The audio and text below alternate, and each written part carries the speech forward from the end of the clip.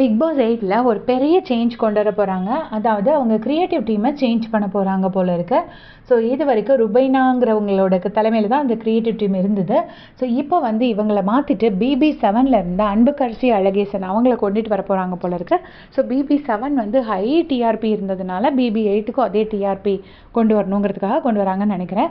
But actually என்ன கேட்டால் நான் BB7 வந்து அர்ச்சனா அவங்களோட அந்த பிரதீப் ஆண்டனி மாயா அன்கோ இவங்க எல்லாரோட ரைவல்ரினால தான் அது அவ்வளோ ஹிட் ஆச்சே தவிர BB7 டாஸ்க்காக எதுவுமே இருந்ததில்ல. BB6 BB2 எல்லாம் வந்து செம்ம டாஸ்க்ஸ் இருந்தது, சூப்பர் டாஸ்க்ஸ் இருந்தது. அந்த மாதிரி டாஸ்க்கு கொண்டு வந்தால் நல்லாயிருக்கும் அப்படின்னு நான் நினைக்கிறேன்.